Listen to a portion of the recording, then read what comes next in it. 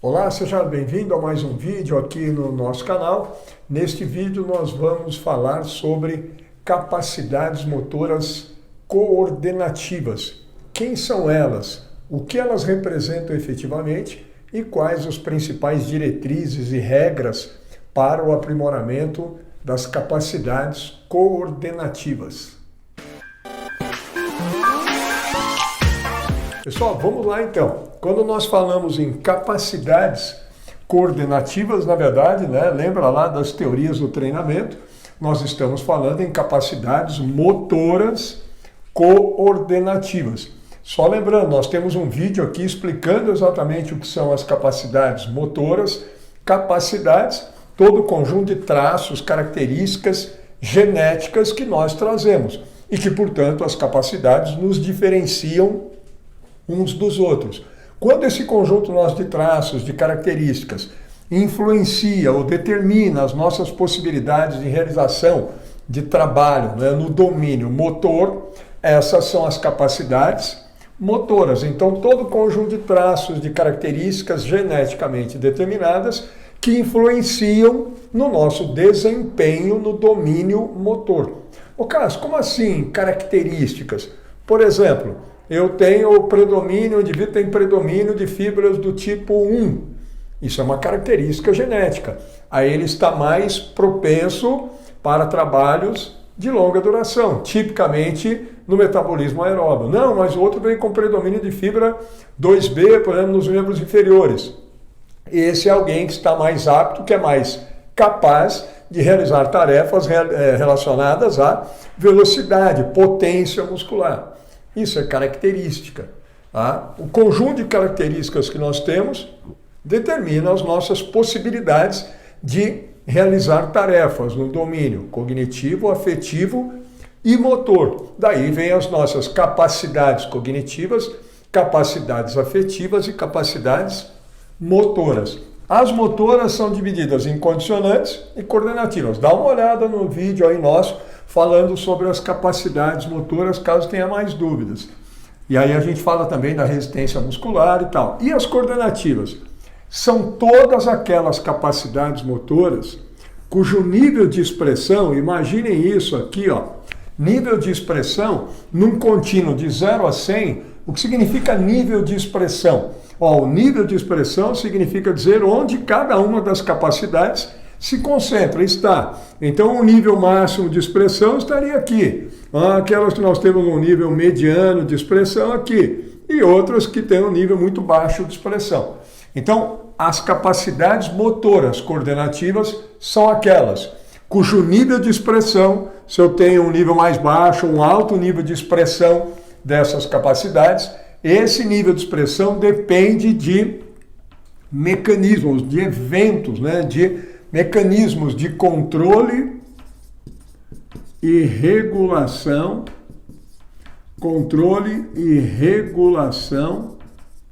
do sistema nervoso central sobre a massa muscular. Então, se eu tenho uma capacidade aqui com baixíssimo nível de expressão, um nível mediano ou mais alto nível de expressão, isso depende de mecanismos de controle e regulação do sistema nervoso central sobre a massa muscular.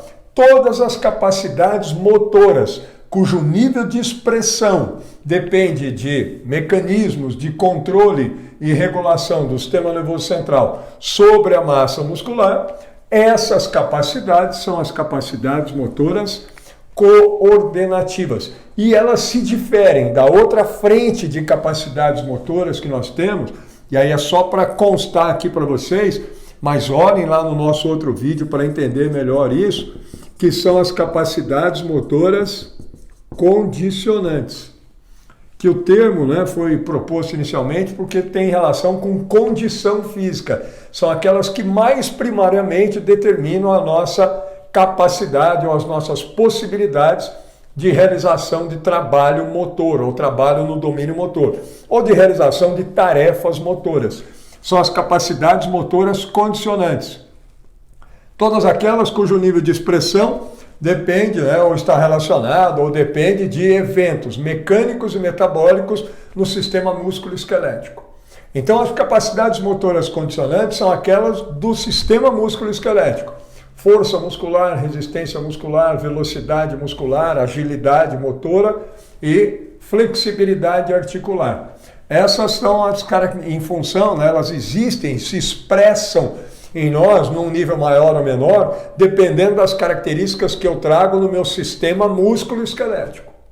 Por outro lado, a gente tem um outro contingente enorme de capacidades motoras que também influenciam com o nosso desempenho e a nossa possibilidade de realização de tarefas motoras, que não tem nada a ver com as características do sistema músculo-esquelético, que tem a ver com como o sistema nervoso central controla e regula a musculatura como um todo e determina a realização de movimentos. Então elas também têm a ver com a minha possibilidade de realização de tarefas motoras, mas as coordenativas são todas elas do sistema nervoso central e as condicionantes são do sistema músculo-esquelético. A integração de ambas determina as nossas capacidades motoras. Maravilha, ó, explicado o que é, quem é, de onde vem.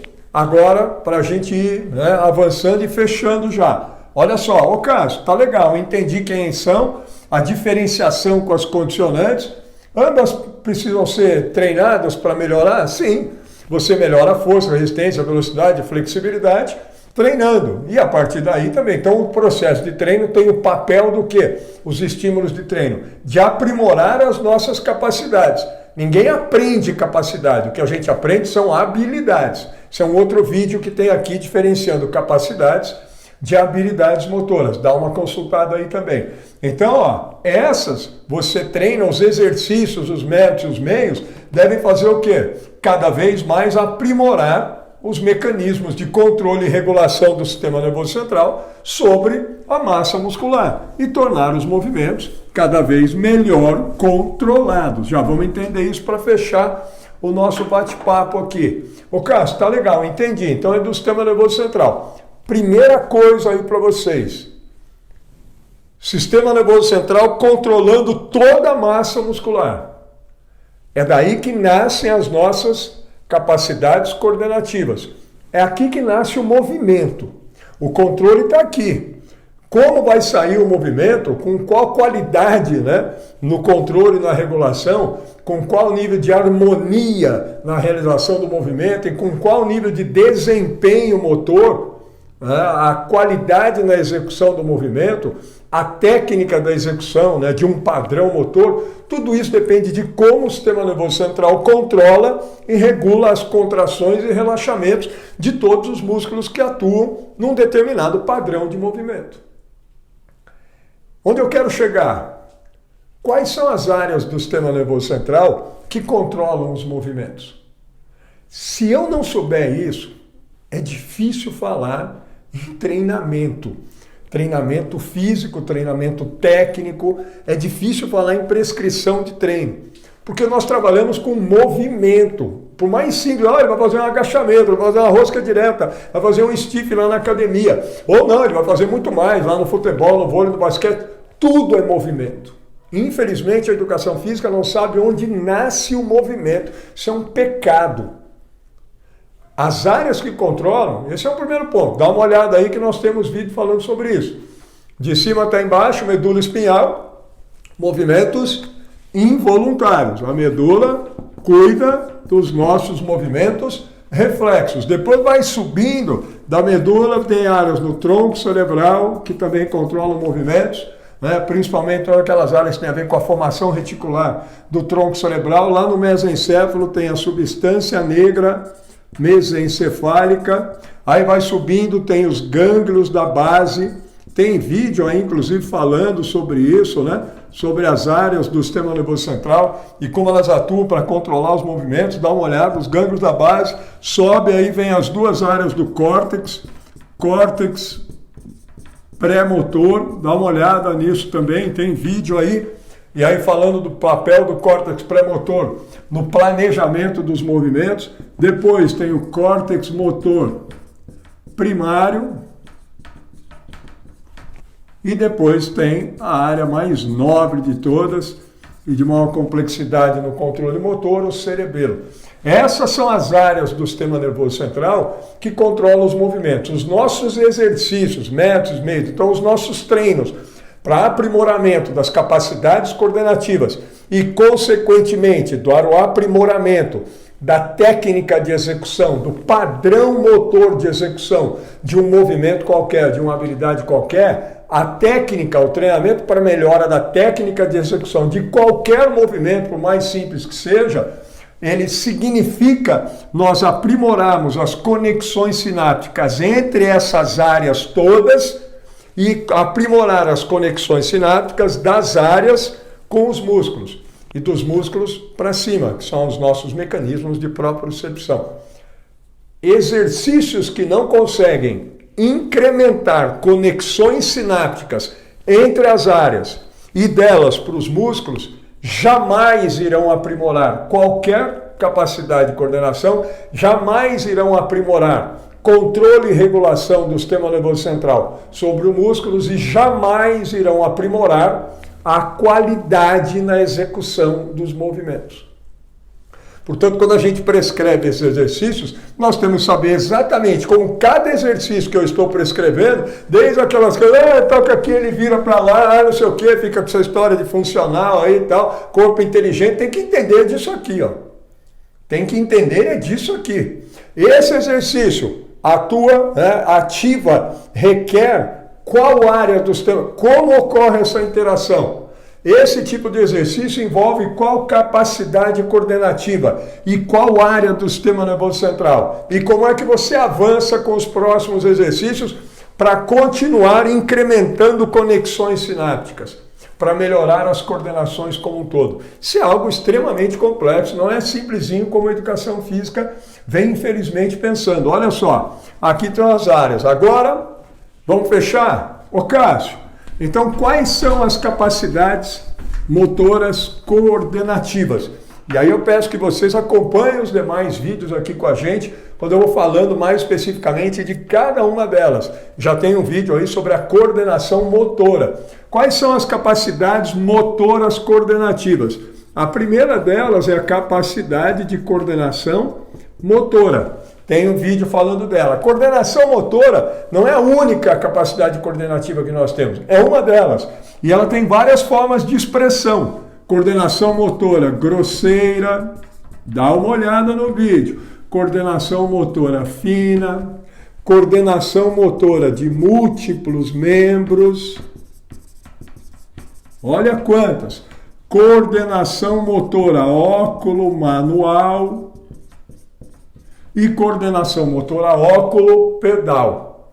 Todas essas são formas de expressão da coordenação motora. Ter uma delas em alto nível de expressão não significa ter todas. Por quê? Porque cada uma delas está em uma área do sistema nervoso central. Se eu quiser aprimorar a grosseira, a fina, a de múltiplo membro, a óculo manual, são exercícios diferentes, porque cada uma dessas coordenações reside numa área diferente do sistema nervoso central. No córtex motor primário está a nossa coordenação motora fina, mas lá não tem nada de coordenação motora grosseira. Tudo bem?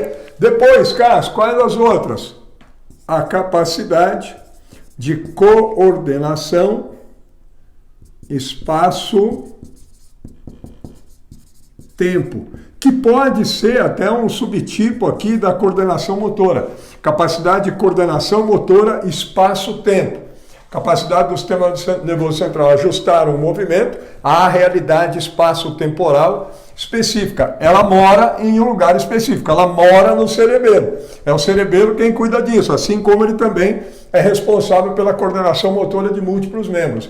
Cada um na sua, e nós temos que saber como estimular cada um deles. Ô Cássio, como é que eu sei? Dá uma olhada no vídeo que eu vou explicando isso aqui. Cada uma delas tem vídeos específicos. Aí vem a capacidade de equilíbrio. Equilíbrio é uma outra capacidade coordenativa. E aí a gente tem equilíbrio estático, equilíbrio dinâmico e equilíbrio recuperado. E elas também estão em lugares específicos. Depois disso, tem a capacidade de ritmo, e que pode ser ritmo intrínseco e ritmo extrínseco. E essas também têm seu lugar. E aí vejam os vídeos entendendo cada uma delas. O que mais, Cássio? Aí tem a capacidade coordenativa de representação motora. Essa é outra, você ver um movimento, olhar, eu demonstro para você o quicar ou arremessar, você fotografa a imagem e depois você tenta reproduzir. O seu cérebro representa um movimento de um jeito, e isso é aqui, no córtex pré-motor. Depois tem outra, aí tem a capacidade de reação, capacidade coordenativa de reação. Reação simples e reação complexa, capacidade de reagir o mais rapidamente possível a um estímulo, conhecido ou não. Olha só quantas. Depois tem a capacidade coordenativa de antecipação motora. Nossa, Cássio, é muita. E cada uma delas está em áreas específicas do sistema nervoso central. Capacidade de se antecipar. Capacidade de antever, né? de interpretar um determinado estímulo e se antecipar ao evento que vai ocorrer. O cara vai cruzar uma bola e tal, eu estou analisando aqui onde vem, é o jeito que ele está fazendo essa bola, pelo jeito é aqui, e eu me posiciono melhor para um cabeceio. Quem tem a melhor leitura de uma jogada, capacidade de antecipação motor. Ô Cássio, mas eu vejo no futebol, o pessoal fala muito, a capacidade de tomada de decisão. Ela é cognitivo-motora e ela está mais aqui, ó, na capacidade de reação complexa.